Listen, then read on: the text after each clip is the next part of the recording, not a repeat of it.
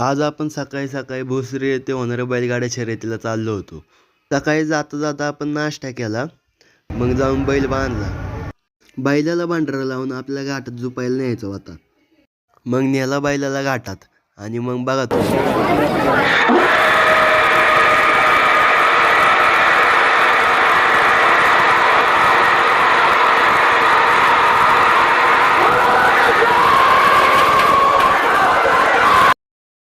हा आनंद बघून तुम्हाला कळालंच असणार आपली वारी झाली होती इथं. आज इथं पप्पूदाचा बड्डे होता म्हणून पप्पूदाच्या बड्डेचं सेलिब्रेशन चालू होतं. आणि मग आम्ही लिंबू आणायला आलो होतो, पण आम्ही केव्हाचं फिरत होतो तरी आम्हाला काही लिंबू भेटत नव्हते. आणि मग नंतर आम्हाला लिंबू भेटले बरं का. त्याच्यानंतर आम्ही बराच वेळ गाडीत बसलो होतो आणि आम्हाला भूक लागली होती म्हणून आम्ही लस्सी प्यायला गेलो. येता येता आपल्याला थोडं बाहेर जायचं होतं, मग आपण तिकडे गेलो होतो. तर मग आजचा मिनी ब्लॉग कसा वाटला नक्की सांगा.